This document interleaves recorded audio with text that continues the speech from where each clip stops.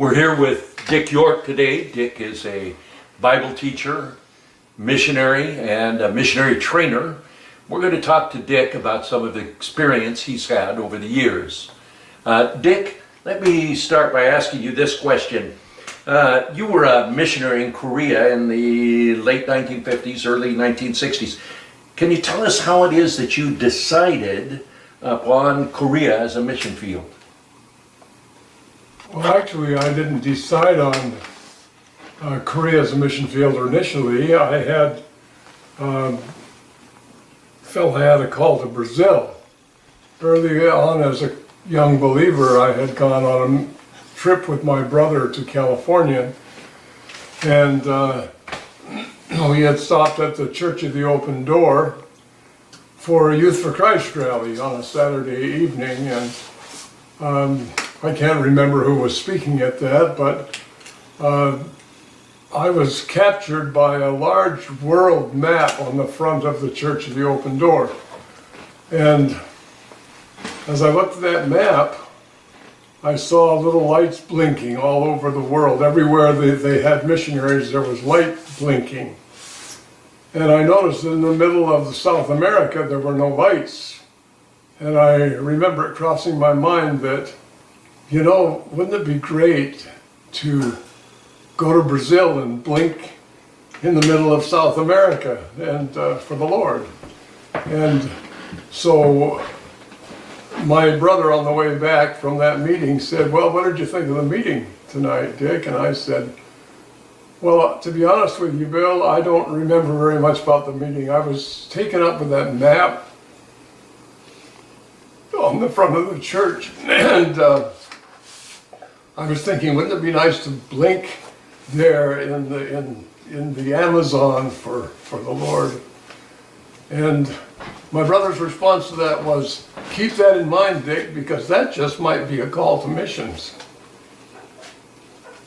And so I actually began to prepare to go to Brazil.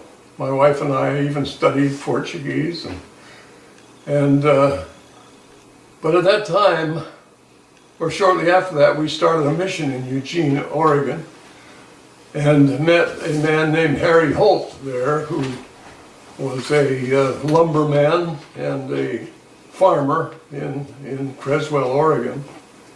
And he became interested in what we were doing and was a regular attendant in the Bible studies that grew up in the mission.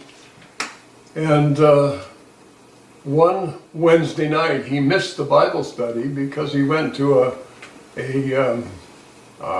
kind of a rally put on by World Vision in the South Willamette High School. And this was a film. They showed a film called Dead Men on Furlough. And it was a story of how all of these GI babies had been produced in Korea during the Korean War and then abandoned because the Koreans didn't appreciate the mixed blood children.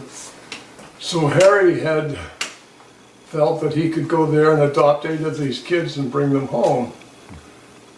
And when he went to Korea to do that, he was struck by how much the Koreans needed the gospel, how needy the country was for the gospel. So he called me from Korea and said that you need to come over here and preach the gospel. And it was a couple of years before I was saying no, because of my heart was for Brazil. And finally he called me and said, Dick, I want you to come over to Korea as my guest for 3 months and just see what I'm talking about. So I went there for 3 months, which turned into 4 months.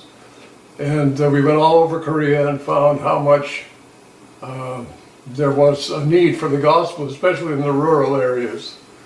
And so at that time, I stopped saying no about going to Brazil to preach the gospel.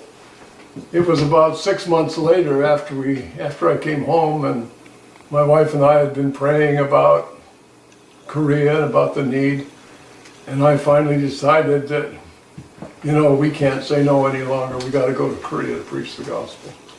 So that's when we went to Korea to preach. And I went first of all as his guest, but then I came back and decided to go there permanently.